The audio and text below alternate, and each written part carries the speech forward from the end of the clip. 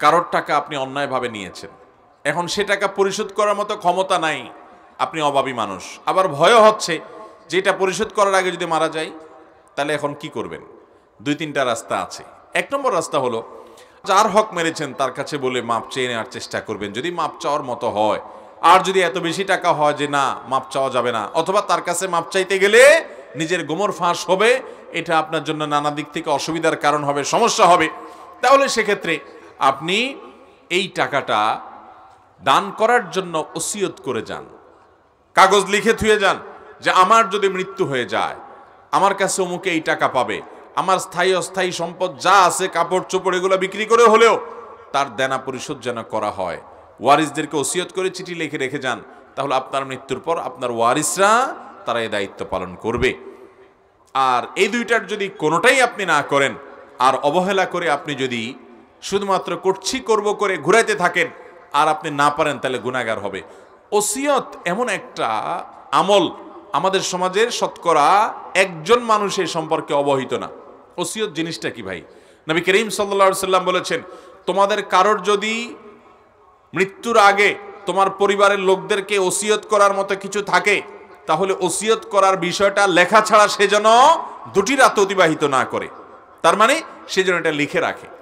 এই জন্য আপনি লিখে রাখবেন আপনার পাওনা দেনার বিষয়, ওসিয়ত নামা, একটা খাতা লিখে রাখবেন, হে আমার ছেলে মেয়েরা, হে আমার স্ত্রী, যদি আমার কখনো মৃত্যু হয়ে যায় তো মনে রাখবে অমুক আমার কাছ থেকে এত টাকা পাবে, অমুক আমার কাছ থেকে এত টাকা পাবে, অমুক আমার কাছ থেকে এই সম্পদ পাবে, এর বিপরীতে আমি অমুকের কাছ থেকে ওইটা পাবো, অমুক জায়গা আমার পাওনা দেনা এ আছে, আমার সম্পদ এ আছে, সেখান থেকে আমার মৃত্যুর পর আমি যদি জীবিত অবস্থা পরিশোধ করে না যেতে পারি, আমার সম্পদ থেকে সেটা অবশ্যই তোমরা পরিশোধ করার ব্যবস্থা গ্রহণ করবা। এই ওসিয়ত করে যেতে হবে।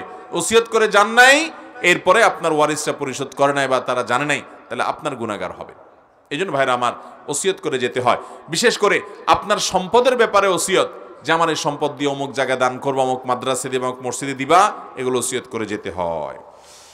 এরপরের প্রশ্ন, কোনো কারণে একজন ছোট্ট শিশু মুসলিম হয়ে হিন্দু মায়ের দুধ পান করতে পারবে কি?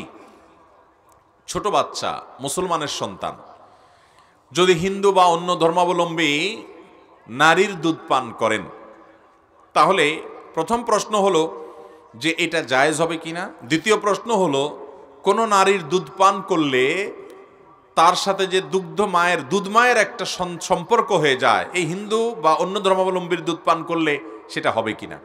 প্রথম প্রশ্নের উত্তর হলো যে অমুসলিম বা অন্য ধর্মের মানুষের দুধ পান করলেও সেটা জায়েজ হবে, সেটা হারাম হবে না।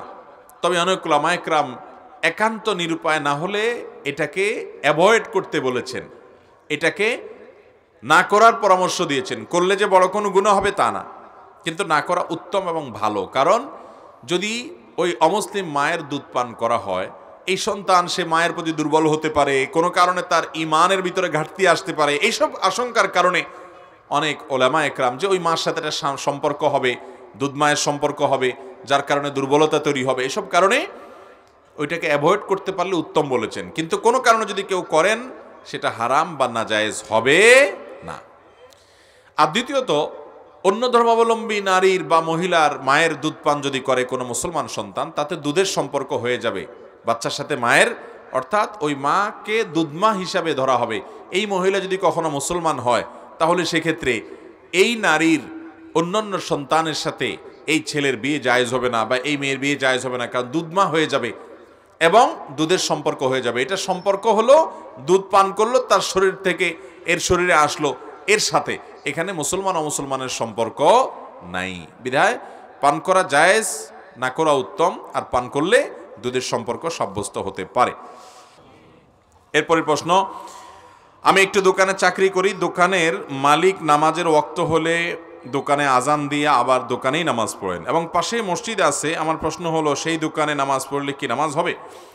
দেখুন, দোকানে যদি কয়েকজন লোক থাকেন আর মসজিদে জামাত হয়, অবশ্যই জামাতে তারা পালা করে প্রয়োজনে শরিক হবেন। সবচেয়ে ভালো হয় নামাজের সময় পুরো দোকানে বন্ধ করবেন, তাতে কিছু কাস্টমার কমবে, তাতে এমন আহামরি অসুবিধা হবে না।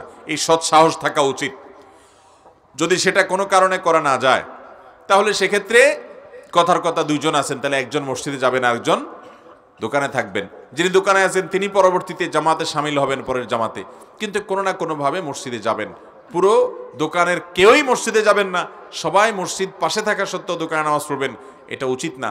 লা সলাতা লিজারিল মসজিদে ইল্লা ফিল মসজিদ, মসজিদের প্রতিবেশী যে মসজিদ থেকে আজানের আওয়াজ, একামতের ডাক শুনতে পায়, তার নামাজ হবে না মসজিদে যাওয়া ছাড়া। তবে হ্যাঁ, একেবারে নিরুপায় একজন ব্যক্তি আছেন, দোকান বন্ধ করারও সুযোগ নাই, বা যে আছে তাকে রেখে যাওয়া নিরাপদ না, তাহলে সেক্ষেত্রে তারা জামাতের সাথে নামাজ পড়তে পারেন। এটা হলো শেষ চিকিৎসা, নিয়মিত এমনটি করা অনুচিত।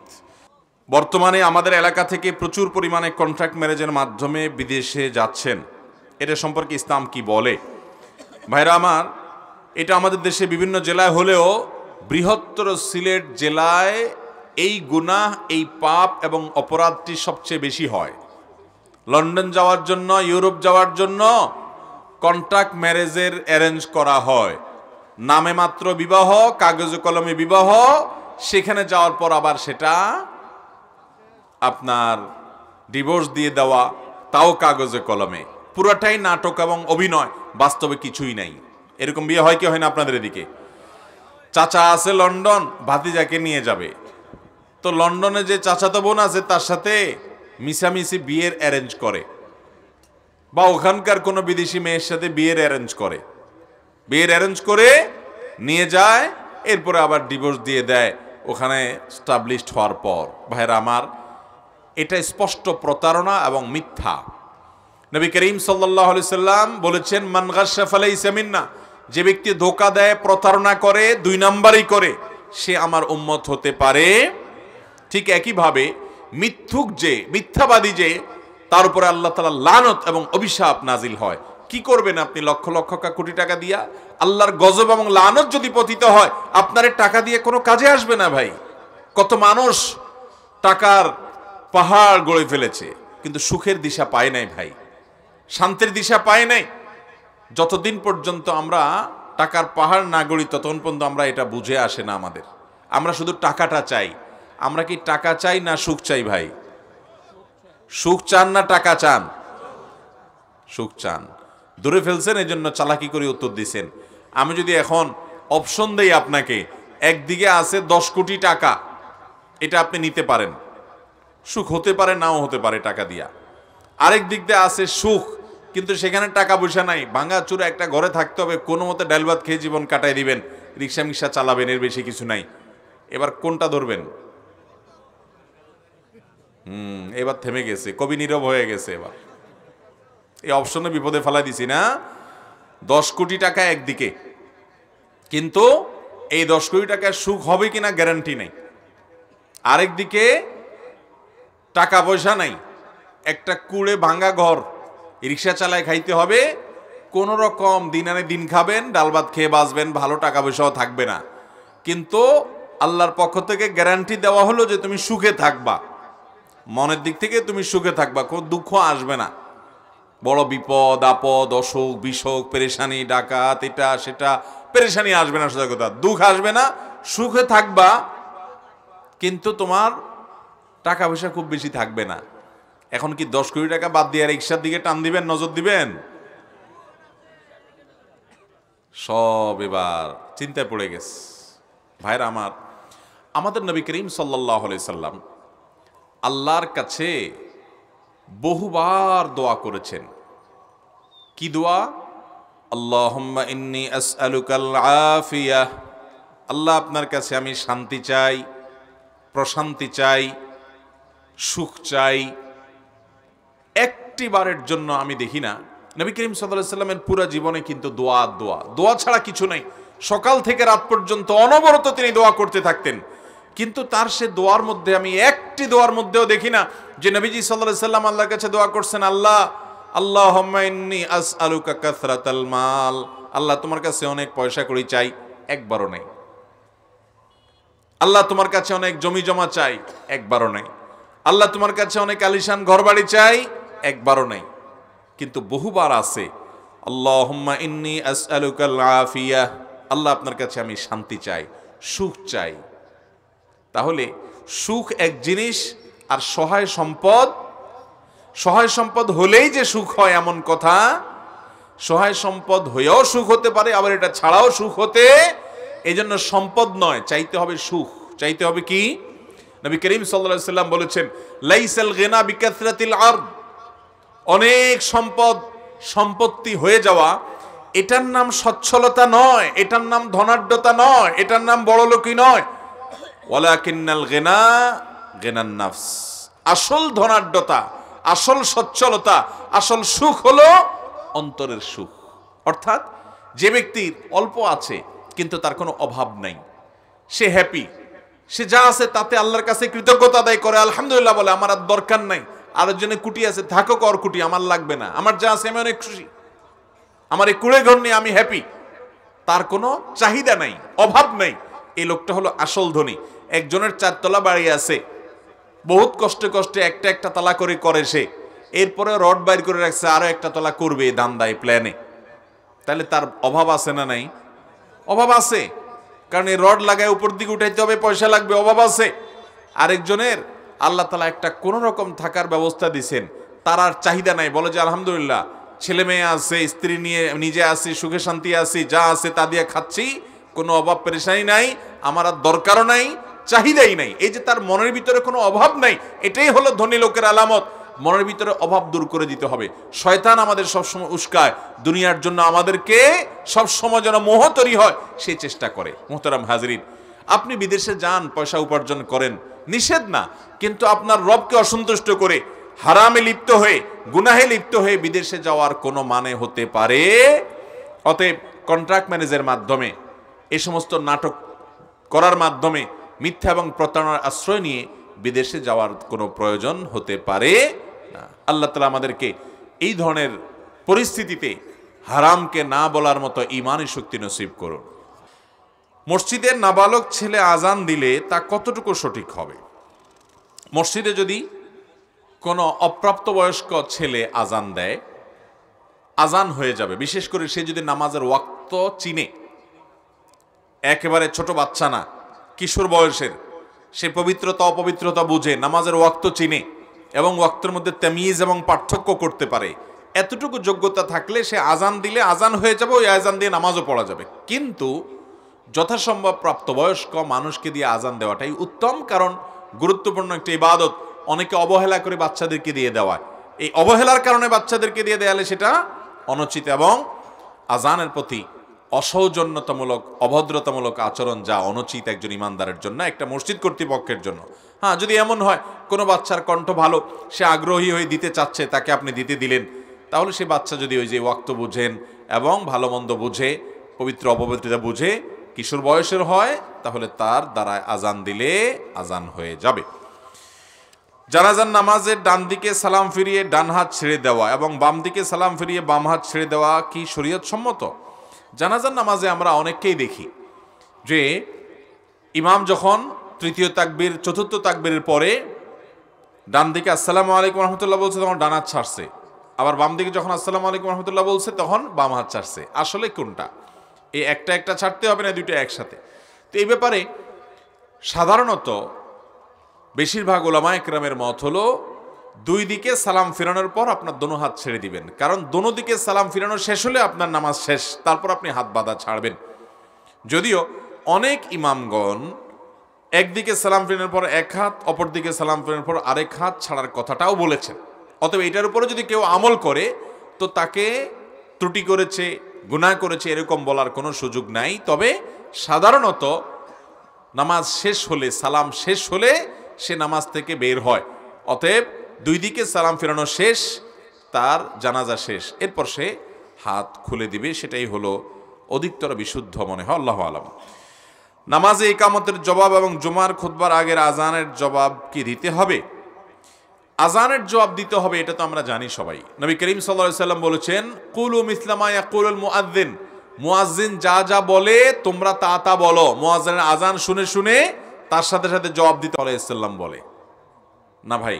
নবী করিম সাল্লাল্লাহু আলাইহি সাল্লাম নিজেই শিখিয়েছেন, সহিহ মুসলিমের হাদিসে আছে, ইমাম মুয়াজ্জিন যখন আশহাদু আন্না মুহাম্মাদুর রাসূলুল্লাহ বলবে, কুলু আশহাদু আন্না মুহাম্মাদুর রাসূলুল্লাহ, তোমরাও আশহাদু আন্না মুহাম্মাদুর রাসূলুল্লাহ বলো।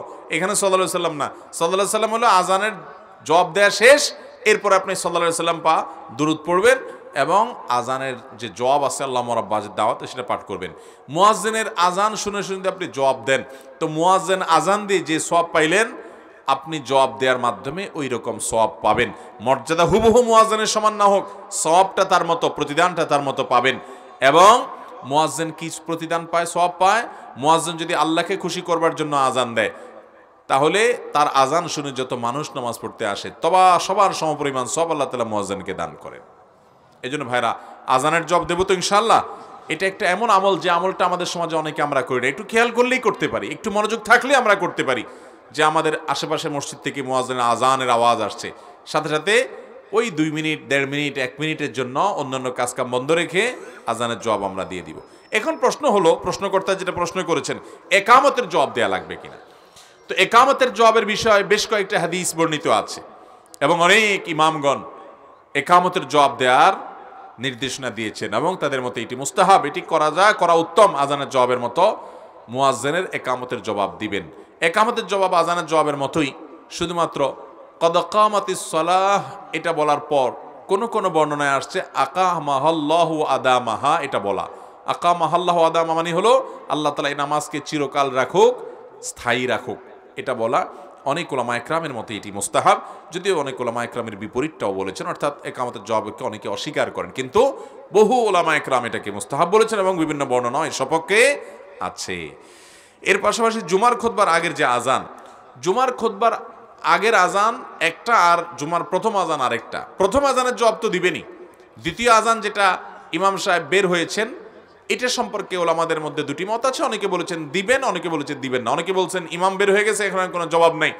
আর অনেকে বলেছেন না, মুয়াজ্জিন যদি আজান দেয় ওইটার জবাব আপনি দিবেন, ইমাম খুতবা শুরু করে দিচ্ছে তখন আর কোনো কথা বলবেন না, এমনকি কাউকে চুপ থাকতেও বলবেন না, সম্পূর্ণ নীরব হয়ে যেতে হবে খুতবার সময়। আমরা তো অনেকে খুতবার সময় দান বাক্স চালাই, অনেক কথাবার্তা বলি, আলাপ সালাপ করি, যেটা গুনাহ এবং নাজায়েজ কথা।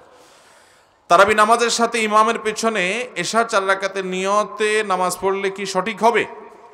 ভাইরা আমার, তারাবির নামাজ, এই নামাজের মধ্যে ইমামের পেছনে আপনি যদি ইমাম তারাবি পড়তেছে আর আপনি এশার নামাজে নিয়ত করে ফেললেন, তাহলে অনেক ইমামদের মতো এটি হয়ে যাবে। যেমন সৌদি আরবের ওলামা একরাম, হাম্বলি মাযহাবের ওলামা একরাম, ওনাদের মতে এটা হয়ে যাবে। কিন্তু হানাফি মাযহাবের ওলামা একরামের দৃষ্টিতে এটা হবে। কারণ হলো, যিনি আপনার সুন্নত নামাজ পড়ছেন বা নফল নামাজ পড়ছেন ইমাম, আর আপনি ফরজ নামাজ পড়ছেন তার পেছনে, তো আপনার নামাজটার জিম্মাদারি নেওয়ার ক্ষমতা তার নাই। কারণ আল ইমামু যামিন ওয়াল মুআজ্জিন মু'তামিন, কারণ ইমাম হলো জামিন, দায়িত্বশীল। তো সে তুলনামূলকভাবে আপনি যে নামাজটা পড়ছেন তার পেছনে ফরজ, সে ওই নামাজের চাইতে কম গুরুত্বপূর্ণ নামাজ শুরু করেছেন, কিভাবে তাই আপনার দায়িত্ব নেবেন। আরও অনেকগুলো যুক্তি এবং দলিল এর সপক্ষে ওনাদের আছে। আমার খুব অল্প বয়স থেকে চুল পাকে, এ নিয়ে বন্ধুমহল ট্রল করে। এমত অবস্থায় লজ্জা থেকে বাঁচার জন্য চুলে কালো কলব ব্যবহার করা জায়েজ হবে কি?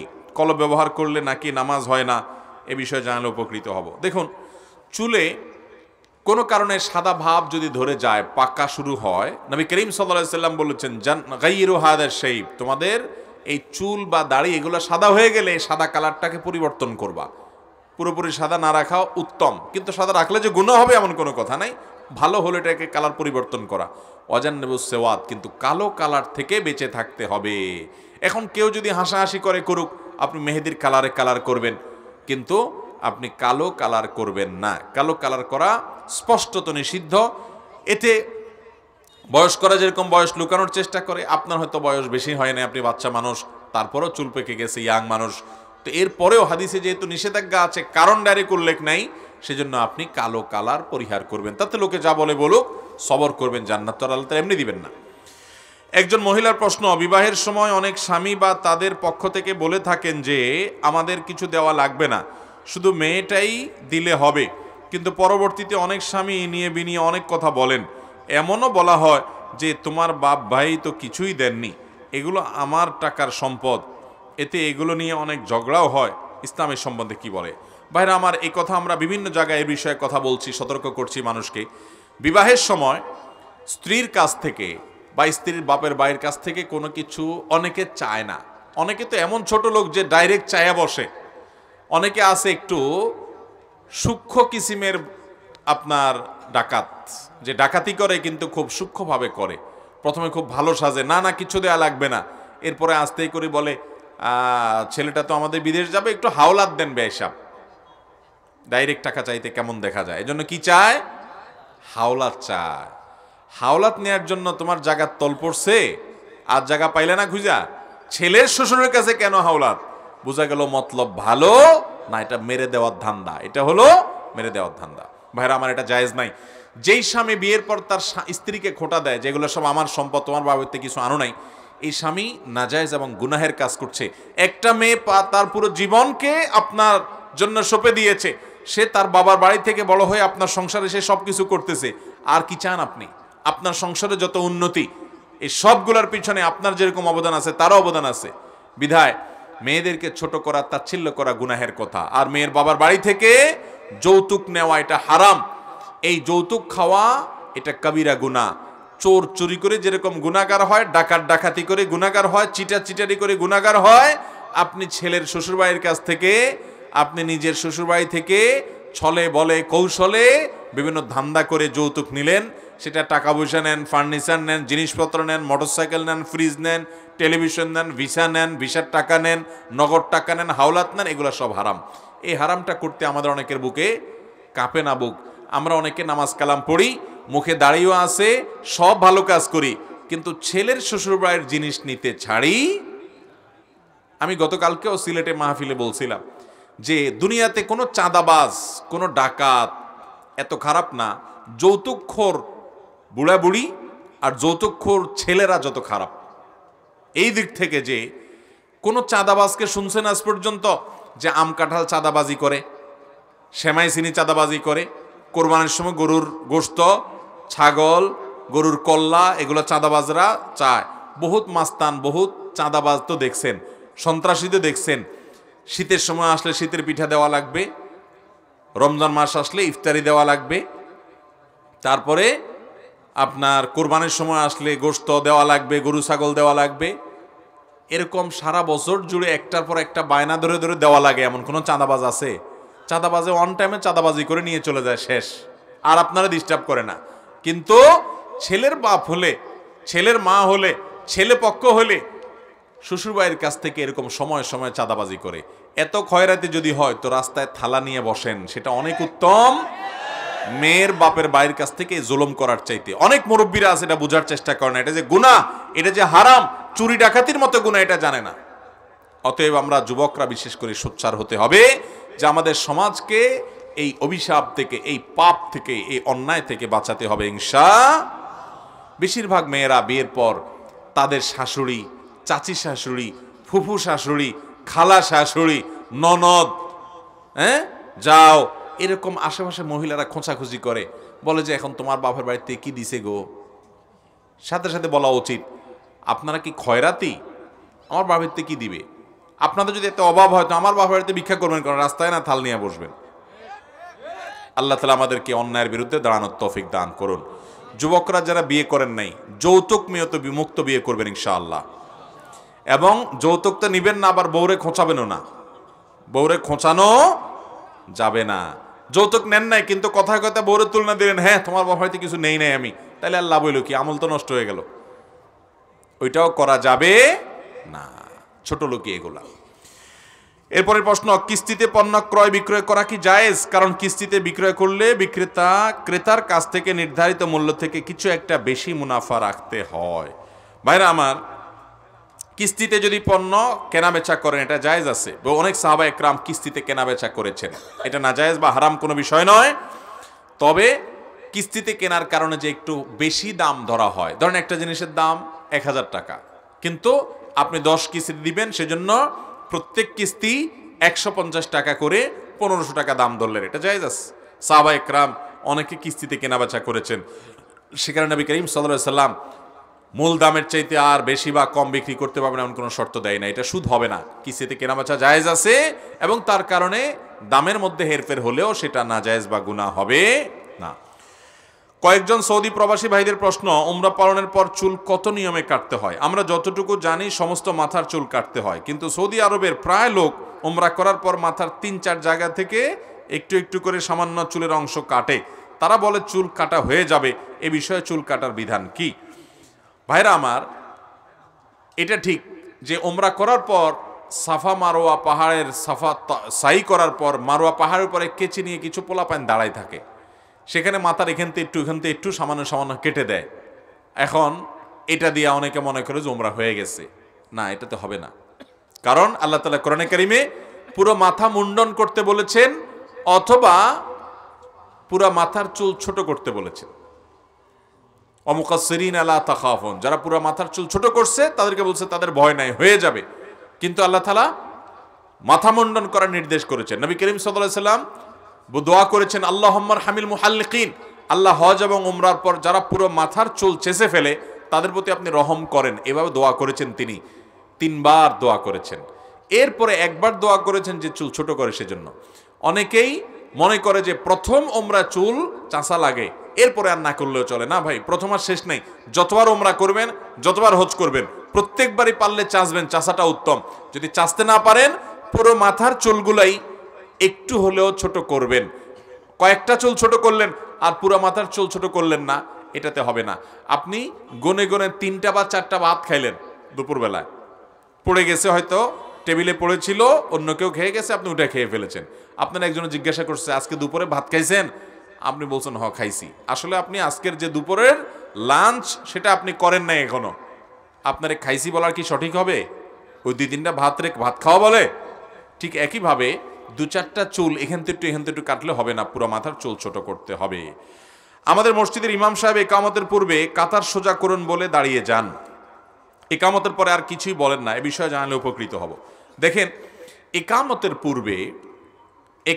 পূর্বে ইমাম সাহেব সবাইকে দাঁড়িয়ে যান এটা বলবেন না, বরং একামত শুরু হবে এটা দেখে সবাই দাঁড়িয়ে যাবে। আর সুন্নাহ হলো নবী করিম সাল্লাল্লাহু আলাইহি ওয়াসাল্লাম যেটা করতেন, মুয়াজ্জিনের একামত দেওয়ার পর এবার তিনি মুসল্লির দিকে তাকিয়ে কারোর কাতার উল্টাপাল্টা থাকলে বলতেন সোজা করেন, ফাঁকা বন্ধ করেন, তোমরা ফাঁকাগুলো বন্ধ করো, তোমরা মিলে মিলে দাঁড়াও, কাতারটাকে সোজা করো, বাঁকা করবা না, বাঁকা করলে অন্তর বাঁকা হয়ে যাবে। লা তাখতালিফু ফাতাখতালিফু কুলুবুকুম, এভাবে নবী সাল্লাল্লাহু আলাইহি ওয়াসাল্লাম বিভিন্ন নির্দেশ দিতেন। সাওয়ু সুফুফাকুম, লা তাদউল ফুরুজাত লিশ-শাইতান, এই সবগুলো করতেন একামত দেওয়ার পর। তো আমাদের অনেক মসজিদে মুয়াজ্জিন সাহেবদের আজান একামতের আগেই ইমাম সাহেবরা বলে কাতার সোজা করেন, এটা করেন, সেটা করেন, এরপরে মুয়াজ্জিন সাহেব একামত দেওয়া শুরু করে। মুয়াজ্জিন সাহেবের একামতের পরে আর কিচ্ছু বলে না। তো এটা সুন্নাহ না। সুন্নাহ হলো একামতের পরে বলতে হবে, একামতের আগে না। মসজিদ নির্মাণে অনেক লোকেরা দান খয়রাত করে, সেখানে যদি কোনো সুদখোর বা অন্য কোনো অবৈধ টাকা লাগানো হয় তাহলে মুসল্লিদের নামাজের ক্ষেত্রে কোনো ব্যাঘাত হবে কিনা? ভাইরা আমার, মসজিদে হালাল টাকা লাগাবেন, আল্লাহর ঘরে হালাল টাকা লাগাবেন। মসজিদ কর্তৃপক্ষের যেন পিঠে মেরুদণ্ড থাকে, ইমাম সাহেবদের যেন সৎ সাহস থাকে, অন্তত বলবেন ঘোষণা দিয়া যে সবাই মসজিদে টাকা দান করেন কিন্তু হালাল টাকা দিবেন, হারাম দিবেন না। ইন্নাল্লাহা তাইয়্যিব লা ইয়াকবালু ইল্লা তাইয়্যিবা, আল্লাহ পবিত্র, তিনি পবিত্র ছাড়া আর কিছু গ্রহণ করেন না, বিধায় হারাম কিছু দিবেন না। ফরজ নামাজের মধ্যে দুনিয়াবি কোনো কিছু চাওয়া যাবে কি? 2 সিজদার মাঝখানে আমরা যে দোয়া পড়ি আল্লাহুম্মা ফিরলি, এর শেষে ওয়ারজুকনি পড়া যাবে কিনা? অবশ্যই পড়বেন, কারণ আপনার 2 সিজদার মাঝখানে রব্বিগ ফিরলি ওয়ারহামনি ওয়াহদিনি ওয়াআফিনি, এখানে ওয়ারজুকনি এই দোয়াটাও আছে, অতএব সেটাও পাঠ করবেন। এবং এই রিজিক দান করো, এটা তো দুনিয়াবি দোয়াই হলো, এটা জায়েজ আছে। এরপরের প্রশ্ন, স্বামীর সংসারে কোনো অমঙ্গল হলে বউরা কতটুকু দায়ী? এক বোন প্রশ্ন করেছেন। ভাইরা, আমাদের সমাজে অনেকগুলো অমানুষ স্বামী আছে। এই অমানুষ স্বামীরা কিছু হলেই বউদের দিকে ছুটে, কিছু অসুবিধা হয়েছে, তার ব্যবসা বাণিজ্য উন্নতি নাই, খারাপ ক্ষয়ক্ষতি আছে, তো সব দোষ নন্দঘোষ, নিজে উল্টাপাল্টা করবে, ব্যবসা বুঝবে না, যা বলবে যে এই বউ আসছে সংসারে আর কোনো উন্নতি নেই। এরকম বলে কি বলে না? হ্যাঁ, একটা হাদিস আছে, আস-সাওমু ফিল মারআতি ওয়াদ-দার ওয়াদ-দাব্বা আও কামা ওয়ারাদা ফিল হাদিস। অনেক সময় মানুষের বাহনে, ঘরে বা কোনো নারীতে কল্যাণ আসে। অনেক সময় দেখা যায় যে কোনো ঘরে কোনো বাহন কিনলে তার অকল্যাণ লেগেই থাকে। এবং অনেক সময় দেখা যায় যে এরকম কোন সঙ্গীর কারণেও দেখা যায় সঙ্গে এই সঙ্গে আসা পথে অকল্যাণ লেগে থাকে, তখন আল্লাহর কাছে পানা চাইবে। কিন্তু এটার জন্য ব্যক্তিকে দোষ দেওয়ার কোনো সুযোগ নেই, কারণ ওইটা ব্যক্তির কোনো ত্রুটি না, বা তার কোনো দোষ না, তার কোনো অপরাধ না, পাপ না। এই জন্য নিজের অনেক সময় দেখা যায় যে এটা আসলে অকল্যাণ টকল্যাণ কিছুই না, এটা হলো আপনার নিজের ত্রুটি, কিন্তু আপনি তার উপরে চাপাচ্ছেন। আবার এমনও হতে পারে ত্রুটি টুটি কিছু না, এটা আপনার নসিব এভাবেই আছে, কিন্তু আপনি তার উপরে দোষ চাপাচ্ছেন। অতএব এগুলো করা যাবে না। বরং সংসারে, রুজিতে, ব্যবসায়, চাকরিতে, কাজে কামে, চাষাবাদে বরকত আসার জন্য বরকতের দোয়াগুলো করবেন, বরকতের আমলগুলো করবেন। বরকতের 10টা আমল আছে ভাই, এগুলোর মাধ্যমে জিন্দেগিতে বরকত আছে। বিসমিল্লাহ বলে সবকিছু শুরু করবেন এবং তাকওয়ার উপরে চলবেন, হারাম থেকে বেঁচে চলবেন। আল্লাহ বলেছেন হারাম থেকে বেঁচে থাকলে, তাকওয়া অবলম্বন করলে, ওয়ালাউ আন্না আহলাল কুরআন আমানু ওয়াত্তাকাউ লাফাতাহনা আলাইহিম বারাকাতিম মিনাস সামা, আসমান থেকে বরকতের দুয়ার খুলে দেয়। তাকওয়া অবলম্বন করবেন, ইত্যাদি কাজ করবেন। বউকে দোষ দিবেন না। হায়েজ শেষে রক্ত যায়, সেই সময় নামাজ পড়া যাবে কিনা? মাসিক শেষ কারোর অভ্যাস আছে 7 দিন বা 8 দিন নিয়মিত এটাই হয়, এরপরও একবার হঠাৎ করে রক্ত দেখা যাচ্ছে, তাহলে অতিরিক্তটা অসুস্থতা ধরতে হবে। অথবা কারোর 10 দিন হয়, তাহলে এর অতিরিক্তটা সর্বোচ্চ, এর পরেরটা রক্ত যদি দেখা যায় সেটা রোগ হিসাবে ধরা হবে। ওই রোগ অবস্থায় আপনার রক্ত গেলেও আপনাকে নামাজ পড়ে যেতে হবে, এবং আপনি মাসিক এর রোগী নন, বরং আপনি অসুস্থ, সেই হিসাবে আপনার উপরে মাসিকের বিধিবিধান প্রযোজ্য হবে না। আপনি অবস্থা নামাজে পড়বেন, রোজাও রাখবেন, স্বামী সহবাসও করতে পারেন, তওয়াফও করতে পারবেন। অর্থাৎ যেগুলো নিষিদ্ধ মাসিক অবস্থা সেগুলো করা যাবে যদি মাসিকের পরও রক্ত দেখা যায়, কারণ সেটা অসুস্থতা, ওটা মাসিক না। রমজানে হায়েজ অবস্থায় রোজা রাখা যাবে কি? না, হায়েজ অবস্থায় রোজা রাখা যাবে না, তবে এই রোজাগুলো পরে রাখতে হবে। রমজানের রোজা এটা যদি মাসিকের কারণে মেয়েরা রাখতে না পারেন, কিংবা সন্তান প্রসব হওয়ার পর যে ব্লিডিং হয়, ওই ব্লিডিংয়ের কারণে আপনি রমজান মাসে রোজা রাখতে পারেন না, কারণ ব্লিডিং অবস্থায় রোজা রাখা জায়েজ নাই, তাহলে এই রোজাগুলো পরে রেখে দিতে হবে। কিন্তু নামাজ যেগুলো মিস হবে, মাসিকের কারণে হোক কিংবা নেফাস বা সন্তান প্রসব পরবর্তী ব্লিডিংয়ের কারণে হোক, সেই নামাজগুলো কাজা করতে হবে না, কিন্তু রোজাগুলো কাজা করা লাগবে। দুগ্ধপান শিশুর পেশাব করলে নামাজ হবে কিনা? যেই সন্তান মায়ের দুধ পান করে, অন্য কিছু খায় না, সে দুধ খাইয়াই বাঁচে, তো এই শিশু সে যতদিন মায়ের দুধ পান করবে, এই অবস্থা সে যদি পেশাব করে, যদি ছেলে শিশু হয় তাহলে তার পেশাবের উপরে পানি মেরে দিলে চলবে, আর মেয়ে শিশু হলে অন্য সাধারণ পেশার মতো ধুইতে হবে। এখন কত হলো ছেলে মেয়ের মধ্যে বৈষম্য কেন? আল্লাহ তাআলা ভালো জানেন, নিশ্চয়ই এমন কিছু আছে যে এটা ধোয়া ছাড়া পাক হবে না। এটা বৈষম্যের বিষয় নয়, কোনো হিকমা বা রহস্যের বিষয়, যেটা গবেষণা সাপেক্ষ বিষয়। বাকি ছেলে সন্তান যদি হয় এবং শুধু দুধের উপরে সে বেড়ে ওঠে, তার জন্য এই বিধানটা হাদিসের আলোকে প্রমাণিত। তবে যদি সে দুধের পাশাপাশি অন্য খাবারও খায় বা অন্য খাবার খেতে অভ্যস্ত হয়, তাহলে সেক্ষেত্রে অন্য সাধারণ পেশাবের মতো ছেলে হোক মেয়ে হোক তাদের পেশাব পরিচ্ছন্ন করতে হবে। যে জায়গা লাগবে ওই জায়গাটা ধুয়ে ফেলতে হবে। অনেক মায়েরা আছেন এই শীতের দিনে অহেতুক কষ্ট করেন। ধরেন আপনার দুধের সন্তান কোলে পেশাব করে দিয়েছে, তো দেখা যায় তিনি গোসল করেন। গোসল করার তো দরকার নাই, আপনার যদি শরীরের কোনো জায়গা লাগে শুধুমাত্র ওই জায়গাটা ধুয়ে ফেললেই হবে। কাপড়ে কোনো জায়গা লাগছে, ওই কাপড়টা আলাদা করে শুধু কাপড়, ওই পেশাব যেটুক লাগছে ওইটুক জায়গা ভালো করে ডোলে চিবায় ধুয়ে ফেললেই হবে, ব্যাস আপনার পাক হয়ে গেল।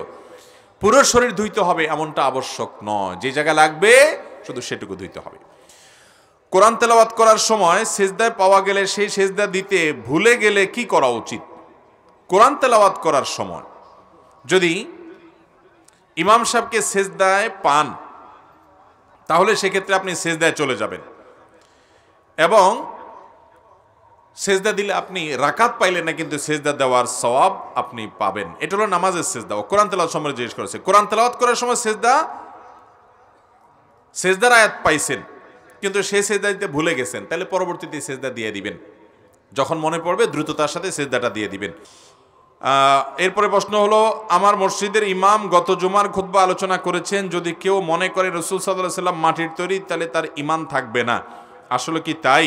এ নিয়ে আমাদের এলাকা বিশাল গন্ডগোল হয়, উত্তর দিলে উপকৃত হব। ভাইরা আমার, নবী করিম সাল্লাল্লাহু আলাইহি ওয়াসাল্লামকে আল্লাহ তাআলা মানুষ বলেছেন। কোরআনে কারিমে তাকে আল্লাহ তাআলা কি বলেছেন? মানুষ বলেছেন। আল্লাহ বলেছেন, কুল ইন্নামা আনা বাশারুম মিসলুকুম, হে রাসূল আপনি বলে দেন যে আমি তোমাদের মতো মানুষ, তবে পার্থক্য, তোমাদের মতো মানুষ মানে তোমাদের মতো সমান মর্যাদার না, মানে রক্ত মাংসের মানুষ। পার্থক্য হলো ইউহা ইলাইয়া, আমার কাছে ওহী আসে, এটা হলো পার্থক্য। তাহলে নবী করিম সাল্লাল্লাহু আলাইহি সাল্লামকে আল্লাহ তাআলা মানুষ রূপে সৃষ্টি করেছেন, তিনি বিয়ে শাদী করেছেন, তিনি খাওয়া দাওয়া করতেন, তিনি ঘর সংসার করতেন, তিনি বাজারে যেতেন, তিনি ঘুমাতেন, তিনি মানুষ ছিলেন। তাকে মানুষ বললে তার মর্যাদা কমবে না। যারা এটা বলেন যে তাকে মানুষ বললে, মাটির তৈরি বললে ঈমান চলে যাবে, তারা মনে করেন নবীজির অসম্মান করার জন্য কেউ বলে না। ভাই, এই উদ্দেশ্য কারণ নাই। এগুলো নিয়ে গন্ডগোল ফাসাদ করবেন না। এগুলো আকীদার যে অনেক গুরুত্বপূর্ণ এবং অনেক বড় সড় ইস্যু এমন না। তবে হ্যাঁ, অনেকে নবী করিম সাল্লাল্লাহু আলাইহি সাল্লামকে আল্লাহর সমকক্ষ মনে করে, নাউজুবিল্লাহ। তাহলে সেটা তো কুফরি, সেটা তো শিরক, ভয়ঙ্কর অপরাধ, ঈমান চলে যাবে সেজন্য। ভাইরা আমার, নবী করিম সাল্লাল্লাহু আলাইহি সাল্লামকে মাটির তৈরি বললে তার মর্যাদা বাড়বে না নূরের তৈরি বললে মর্যাদা বাড়বে? রিলেশন করে বিয়ে করা ঠিক কিনা? ভাইরা আমার, বিয়ের পর রিলেশন করবেন। প্রেম ভালোবাসা সব কি এর পরে হবে? বিয়ের আগে কোনো প্রেম প্রীতি হবে না, কোনো ভালোবাসা হবে না। বিয়ের আগে প্রেম প্রীতি বেশিরভাগ ক্ষেত্রেই হয় উদ্দেশ্যমূলক ভণ্ডামি। আমি প্রায় সময় বলে থাকি, এটা সবার ক্ষেত্রে প্রযোজ্য না, বেশিরভাগই হলো ছেলেদের হলো ফষ্টি নষ্টি করার ধান্দা, প্রেম ভালোবাসা মহব্বতের সেগুলো মুখে দিয়া বলে। আর মেয়েদের, অনেক মেয়েরা আছে, তাদের দরকার হলো চটপটি খাওয়া, চাইনিজ খাওয়া, বুট বাদাম খাওয়া, বিভিন্ন ধান্দা হাসিল করা, নাম দিছে প্রেম। নাম দিছে কি? প্রেম। আরে প্রেম এত সস্তা নাকি মিয়া? তাহলে বিয়ের আগে যত রিলেশন হয় এর কয় পার্সেন্ট বিয়ে পর্যন্ত টিকে? খবর নিছেন? আরে শতকরা 5% তো বিয়ে পর্যন্ত যায় না, এক একটা 4টা-5টা করে চেঞ্জ করে। তাহলে সব ধান্দাবাজ না?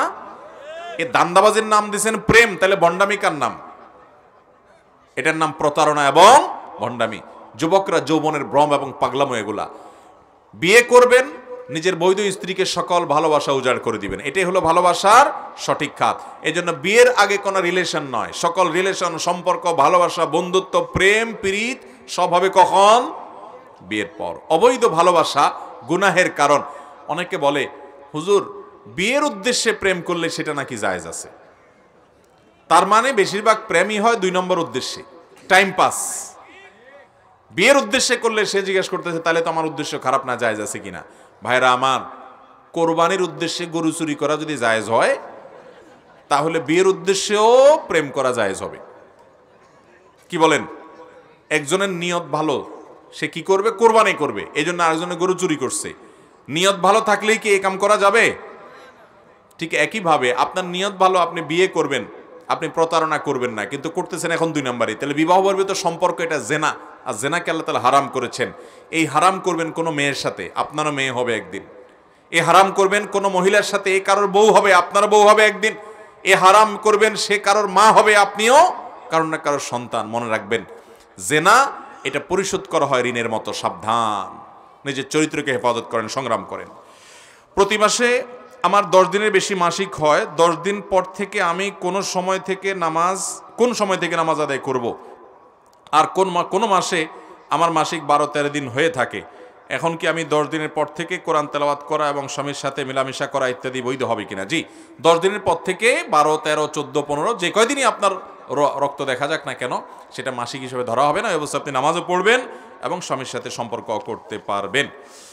রমজানে ফরজ রোজা ভাঙার পরে রোজা রাখার সময় সাহারি না খেয়ে রাতের খাবারের সময় খেয়ে রোজা রাখা যাবে কিনা? রমজান মাসে ফরজ রোজা এটা রাখতে চান, অথবা ভাঙতি রোজা রাখতে গেছেন, যে রোজায় রাখতে চান, এই রোজা রাখার সময় আপনি যদি এই সময় যদি কি বলে এটাকে, সাহারি খেতে না পারেন, তাহলে ভোর রাতে উঠে নিয়ত করলে হয়ে যাবে। সাহারি না খেলেও রোজার অসুবিধা হবে না। অনেকে মনে করে সাহারি না খেলে রোজা হবে না। ভাই, কোনো কারণে সাহারি খেতে ভুলে গেছেন, কোনো অসুবিধা নেই, রোজা হয়ে যাবে। নাকফুল না দিলে কি হয়? ভাই, আমাদের দেশে অনেক এলাকায় আছে, আপনাদের এলাকা আছে কিনা জানি না, অনেকে বলে মহিলারা নাকফুল না দিলে স্বামীর ক্ষতি হয়। আসেনি আপনাদের এলাকায় এই সমস্ত কথা? নাকফুল না দিলে, ব্যবহার না করলে, নাকে ফুল ব্যবহার না করলে স্বামীর বিপদ হয়, স্বামীর হায়াত শেষ হয়ে যায়, মরে যায়, বিপদ হয়। এটা ফালতু এবং বকওয়াস কথা এবং কুসংস্কারাচ্ছন্ন কথা। ভাই, যদি মহিলা নাকফুল না দিলে স্বামীর ক্ষতি হইতো, তাহলে মহিলারা স্বামীর সাথে জগাড় লাগলে নাকফুল খুলে ফেলতো। বুঝেন নাই কথা? জগাড় লাগলে স্বামীরে সোজা করার জন্য কি খুলে ফেলতো? বলতো চান্দু সোজা হয়ে যাও, নাহলে কিন্তু দিলাম খুলে। অতএব বোঝা গেল এটা ফালতু কথা, এটাতে কোনো ক্ষয়ক্ষতির সম্পর্ক নাই। আমার একটা ছেলে খুব ইচ্ছা ছিল হাফেজ বানাবো, কিন্তু বাচ্চাটা এমন একটা রোগে আক্রান্ত হয়েছে, 6 মাস মাদ্রাসায় পড়ার পর রোগের কারণে আর পড়তে পারে নাই। এর জন্য কোনো গুনাহ হবে কিনা? দেখুন, অনেকে এই নিয়ত করেন যে ছেলেকে হাফেজ বানাবো, কিন্তু হয়তো শেষ পর্যন্ত আর হাফেজ বানানোর তৌফিক হয় না কোনো কারণে। এর কারণে গুনাহ হবে না, কারণ নিয়ত করা মানে মান্যত করা না। মান্যত এক জিনিস, নিয়ত আরেক জিনিস। আমি নিয়ত করলাম ভালো কাজ করবো, কিন্তু আল্লাহ তৌফিক দেন নাই, এর কারণে কোনো গুনাহ হবে না ইনশাআল্লাহ। তবে নিয়ত করলে সেটা পুরা করার জন্য চেষ্টা করবেন আপনি। মৃত ব্যক্তিকে গোসল যারা করায় তারা গোসল না করে কাফন পরাতে পারবে কিনা? মৃত ব্যক্তিকে যারা গোসল দিবেন এবং দাফনে সামিল হবেন, তাদের জন্য গোসল করে বাসাবাড়িতে প্রবেশ করাটা উত্তম। কিন্তু মৃত ব্যক্তিকে গোসল করলে দাফন করার আগে আবার গোসল করতে হবে, গোসল করাইলে দাফন করার আগে গোসল করতে হবে এমন কোনো কথা নাই। গোসল করাইছেন, একসাথে আপনি দাফন দিলেন, এটা আপনার জন্য জায়েজ আছে, অসুবিধা নাই। কোনো ব্যক্তি যদি বারবার কসম কাটে, মুখে মুখে বাচ্চা নিয়ে, বাচ্চাকে ধরে কসম করে, কোরআন নিয়ে আল্লাহর কসম এসব বলে, তাদের কিরকম গুনাহ হবে? আমাদের দেশে অনেক মহিলা আছে, অনেক পুরুষ আছে, নিজের বাচ্চারে কোলে নিয়ে বলে বাচ্চার শপথ, বাচ্চার মাথা ছুঁয়া, মায়ের মাথা স্পর্শ করে, এটা ধরে ওইটা ধরে, অনেক রকমের কসম আছে না নাই? এগুলো সব নাজায়েজ কসম। কসম হওয়ার একটাই সঠিক পদ্ধতি আছে, এটা হলো আল্লাহর নামে। নবী করিম সাল্লাল্লাহু আলাইহি সাল্লাম বলেছেন, মান আরাদা আন ইয়াহলিফা ফালইয়াহলিফ বিল্লাহি আও লিয়াসমুত। যে ব্যক্তি শপথ করতে চায় সে আল্লাহর নামে শপথ করবে অথবা চুপ থাকবে। সে কখনো এই অমুকের কিরা তমুকের কিরা, ছেলে ছুঁয়ে, অমুক ছুঁয়ে, তমুক ছুঁয়ে, মাথা ছুঁয়ে এরকম কোনো শপথ করবে না। এগুলো ভুল শপথ এবং আপনার ত্রুটিপূর্ণ শপথ। কোনো মেয়ে যদি বিয়ের পরও অন্য ছেলের টাকা যোগ্যতার লোভে স্বামীর ঘর করতে না চায়, পরকীয়া লিপ্ত হয়, তার বিধান কি? সে জেনাকারী এবং পাপিষ্ট, এর দুনিয়া আখিরাত দুইটাই যাবে। অনেক মেয়েরা আছে লোভে পড়ে দেখা যায় যে স্বামীর সংসার বাদ দিয়ে সে অন্যদিকে চলে যায় এবং সেদিকে যেয়ে সে ঘর করার চেষ্টা করে, সে গুনাহগার হবে এবং পাপিষ্ট হবে। আল্লাহ তাআলা আমাদেরকে বুঝার তৌফিক দান করুন। ফেরেশতারা নূরের তৈরি, আর মানুষ হলো মাটির তৈরি, আর জিনরা হলো আগুনের তৈরি। জিনরা কিসের তৈরি? আগুনের তৈরি। আর ফেরেশতা কিসের তৈরি? নূরের তৈরি। নূর মানে আলো, এখান থেকে তৈরি তারা। আর মানুষ হলো কিসের তৈরি? মাটির তৈরি। এখন আসুন, ফেরেশতা, জিন, মানুষ। জিন এবং মানুষের মধ্যে শ্রেষ্ঠ কে? মানুষ না জিন? মানুষ। আল্লাহ কোরআনে বলছেন, ওয়ালাকাদ কাররামনা বানি আদম, মানুষকে আমি সম্মানিত করেছি, এটা শ্রেষ্ঠ। এবার আসেন, ফেরেশতাদের মর্যাদা বেশি না মানুষের মর্যাদা বেশি? এটা এক কথা উত্তর দেওয়া যাবে না। ফেরেশতাদের মধ্যে যারা বিশিষ্ট বড় বড় ফেরেশতারা, তারা সাধারণ মানুষের চাইতে শ্রেষ্ঠ। কিন্তু সাধারণ ফেরেশতাদের চাইতে আমভাবে সাধারণ ইমানদার মানুষ অবশ্যই শ্রেষ্ঠ। ভাই, আদম আলাইহিস সালামকে আল্লাহ তাআলা সিজদা দিতে নির্দেশ করেছেন কাদেরকে? ফেরেশতাদেরকে না। ফেরেশতারা ছিলেন নূরের তৈরি, তাদেরকে সিজদা করতে বলছেন মাটির তৈরি আদম আলাইহিস সালামকে, ঠিক না বে ঠিক? তাহলে এখানে মাটির মর্যাদা বাড়লো না নূরের মর্যাদা বাড়লো? তাহলে নবী করিম সাল্লাল্লাহু আলাইহি সাল্লামকে যদি আপনি নূরের তৈরি বলেন, তাহলে তুমি সিজদা দেওয়া লোকদের দলে, ফেরেশতাদের দলে যাবে।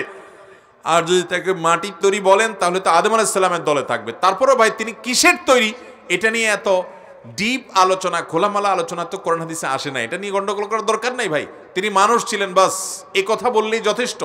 আল্লাহ তাআলা তাকে কি উপাদান দিয়ে তৈরি করেছেন আলাদা করে, এইটার জন্য কোরআন বা হাদিসে কোথাও খুলে খুলে বলা হয় নাই।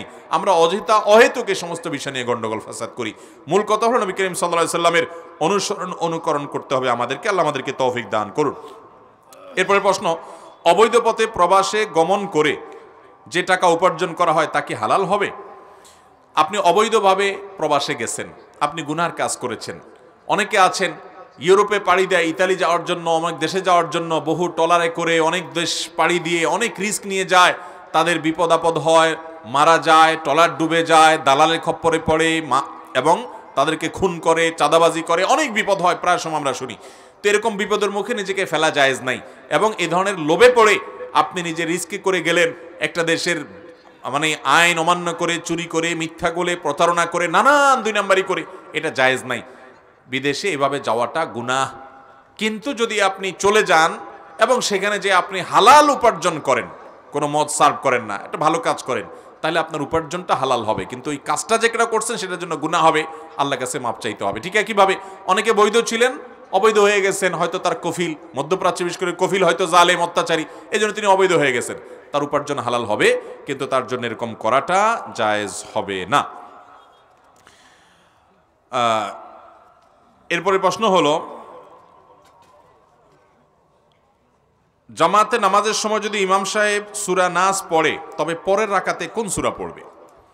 প্রথম রাকাতে যদি সূরায়ে ফাতিহার পর সূরা নাস পড়ে ফেলেন তাহলে তো আর পর তো সূরা নাই, ধারাবাহিকতা রক্ষা করলে তো পরের দিকে যেতে হবে, আর পরে সূরাই নাই, তাহলে কি করবে? তো এটার উত্তর হলো, তিনি চাইলে সূরা নাসটা আবার পড়তে পারেন পরের রাকাতে, চাইলে তার পেছনের সূরা পড়তে পারেন। তবে বিভিন্ন বর্ণনা থেকে তার দ্বিতীয় রাকাতে ওই আবার আলিফ লাম মিম যালিকাল কিতাব লা রাইবা ফি মুখস্থ থাকলে সেখান থেকে সূরা বাকারা শুরু থেকে পড়ার নির্দেশনা দেওয়া হয়েছে। সূরা নাস পড়ে ফেলেছেন, পরের রাকাতে সূরা বাকারা শুরু থেকে তেলাওয়াত করবেন। আর যদি নাসও দ্বিতীয় রাকাতে পড়েন কিংবা অন্য সূরা মিলান, নামাজ হয়ে যাবে।